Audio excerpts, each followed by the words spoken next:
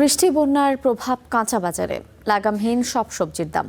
কাঁচা মরিচের ঝাঁজ সবচেয়ে বেশি, কোথাও কোথাও বিক্রি হচ্ছে প্রায় ৩০০ টাকা কেজিতে।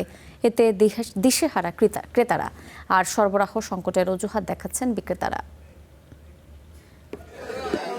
বগুড়ার সবজির বাজারে চলছে কাঁচামরিচ কেনাবেচা, তবে দাম লাগামহীন। বন্যা বৃষ্টির পর বাজারে সরবরাহ সংকট, এমন দাবি করে দাম বাড়িয়েছেন বিক্রেতারা। বেশি ঝাঁজ কাঁচামরিচের পাইকারিতে দাম ছাড়িয়েছে ২২০ টাকা কেজি, খুচরা পর্যায়ে মিলছে না ২৫০-র নিচে। করলা, ঢেঁড়স, বেগুন সহ সব সবজির দামও বাড়তি। একই চিত্র উত্তরের বেশিরভাগ হাট বাজারে। ২০০ থেকে ২২০ টাকা কেজি পর্যন্ত এই মরিচ কিনছি, কিনে সেই দামে বিক্রি করছি। ৫ দিন কিনলেই লস, কিনলেই লস।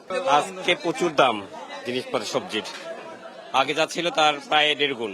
চড়া দক্ষিণ পশ্চিমাঞ্চলের বাজারও কয়েক ঘন্টার ব্যবধানে কাঁচামরিচের দাম বেড়েছে অন্তত ৬০ থেকে ৭০ টাকা কেজিতে। ২০০ টাকা ছাড়িয়েছে দাম। স্বস্তি নেই অন্য সবজিতে। কাঁচা মরিচ কালকে গেছে ১৫০ টাকা, ১৬০ টাকা, আজকে ২২০ টাকা, এবং আলু চলতেছে ৩০ থেকে ৩৫ টাকা, এবং হচ্ছে সর্বনিম্ন যে পুঁই শাক তাও ৩০ টাকা আটি। সবজি তো কেনার কোনো উপায় নেই।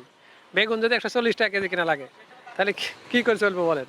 কাঁচামরিচের বেশি ঝাঁজ কুমিল্লার বাজারে, কেজিতে ছুঁয়েছে ৩০০ টাকা পর্যন্ত। ঢেঁড়স, ঝিঙে, বেগুন, শশা সহ প্রায় সব ধরনের সবজির দামও ১০০ টাকার ওপরে।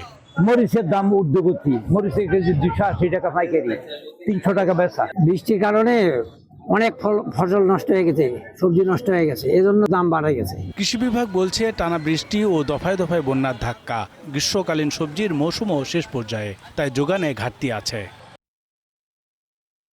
আমাদের একটা মৌসুম শেষ হয়ে যাচ্ছে, অনেক শাকসবজি আমাদের যে গ্রীষ্মকালীন যে শাকসবজি যেটা ছিল খরিফ একে, সেটা কিন্তু মোরালেস আমাদের প্রায় 95% হারভেস্ট হয়ে গেছে। তো এখন আবার যেগুলো লাগানো হয়েছে হয়তো বাজারে হয়তো হয়তো ২-১ সপ্তাহের মধ্যে এগুলো বাজারে আবার অ্যাভেলেবেল হবে, তখন স্বাভাবিকভাবে দামটা কমে যাবে। তবে দাম নিয়ন্ত্রণে বাজার তদারকির আশ্বাস দিয়েছে কৃষি বিভাগ।